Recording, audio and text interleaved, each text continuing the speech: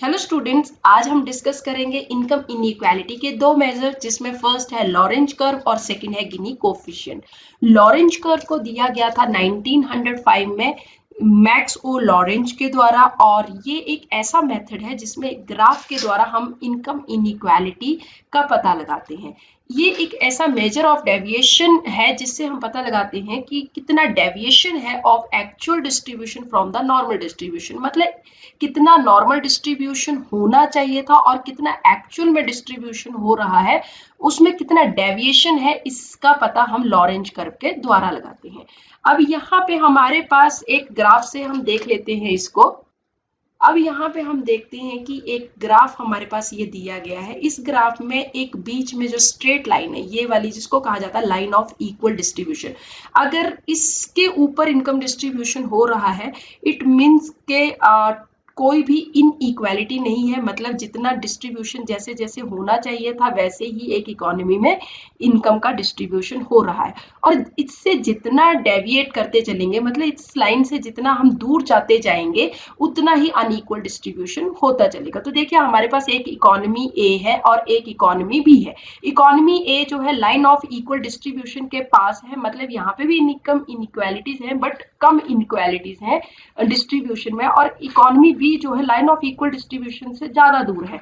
तो यहाँ पे जितनी ज्यादा दूर जाती जाएगी कोई कंट्री, तो वहां पे अनइक्वल डिस्ट्रीब्यूशन उतना ही ज्यादा होगा। अब देखिए, higher the difference of Lorenz curve from the equal distribution means higher inequality and vice versa. देखिए, जहां पे ये लाइन ऑफ इक्वल डिस्ट्रीब्यूशन से आप जितना दूर जाते जाएंगे, और दूर चले जाएंगे तो मतलब और ज्यादा अनइक्वल डिस्ट्रीब्यूशन है, और ज्यादा दूर जाएंगे तो मतलब और ज्यादा अनइक्वल डिस्ट्रीब्यूशन, और जितना इसके पास जाते जाएंगे उतना ही इक्वल डिस्ट्रीब्यूशन होगा। तो ये लॉरेंज कर्व में जो है लाइन ऑफ इक्वल डिस्ट्रीब्यूशन पे अगर है, तो इसका मतलब कोई भी इनइक्वालिटी ऑफ इनकम नहीं है, और जितना इस लाइन से डेविएट करते चलेंगे, जितना दूर जाते जाएंगे, मतलब उतना ही अनइक्वल डिस्ट्रीब्यूशन ऑफ इनकम हो रहा है। अब आ जाते हैं हम सेकंड मेजर। हमारे पास सेकंड मेजर है गिनी कोफिशिएंट। गिनी कोफिशिएंट को डेवलप किया गया था कोरेडो गिनी द्वारा 1912 में। ये अनइक्वल डिस्ट्रीब्यूशन को मेजर करता है, मतलब एक इकोनॉमी में कितनी इनकम जो है अनइक्वली डिस्ट्रीब्यूट हो रही है with in the people of the country, इस चीज का पता लगाया जाता है गिनी कोफिशिएंट के द्वारा। गिनी कोफिशिएंट जो है वेरी करता है 0 और 1 के बीच में। 0 का मतलब होता है परफेक्ट इक्वालिटी, मतलब टोटल जो इनकम है वो डिस्ट्रीब्यूट हो रही है इक्वली, मतलब किसी को कम ना किसी को ज्यादा, मतलब सबको बराबर मिल रहा है। और 1 का मतलब है परफेक्ट इनइक्वालिटी, मतलब कईयों को तो बहुत ज्यादा मिल रहा है और कईयों को बहुत कम मिल रहा है। तो परफेक्ट इनइक्वालिटी को शो करता है 1। इस चीज को किस तरह से, गिनी कोफिशिएंट को किस तरह से मेजर करते हैं? It is obtained by calculating the ratio of area between the line of equal distribution and Lorentz curve divided by the total area of the half square in which the curve lies. तो ये देख लेते हैं हम graph से।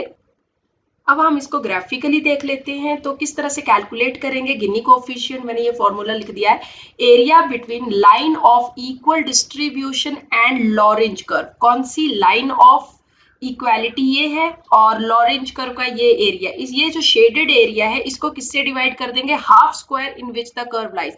Half square कौन सा? B C D. अब बी सी डी के बीच में जिसमें कर्व ये लाई कर रहा है, उस टोटल से हम डिवाइड कर देंगे। तो फॉर्मूला क्या बनती है, किस तरह से कैलकुलेट करेंगे? Gini coefficient is shaded area A. कौन सा एरिया? जो ए शेडेड एरिया, जो हमारा ये एरिया है, ये शेडेड एरिया, इसको डिवाइड कर देंगे किससे? Total area B C D, जिसमें ये कर्व लाई कर रहा है। बी, ये हो गया बी सी डी। तो यहाँ पे हम इस तरह से कैलकुलेट करके पता लगा सकते हैं गिनी कोफिशिएंट के द्वारा कि एक इकोनॉमी में कितना अनइक्वल डिस्ट्रीब्यूशन हो रहा है।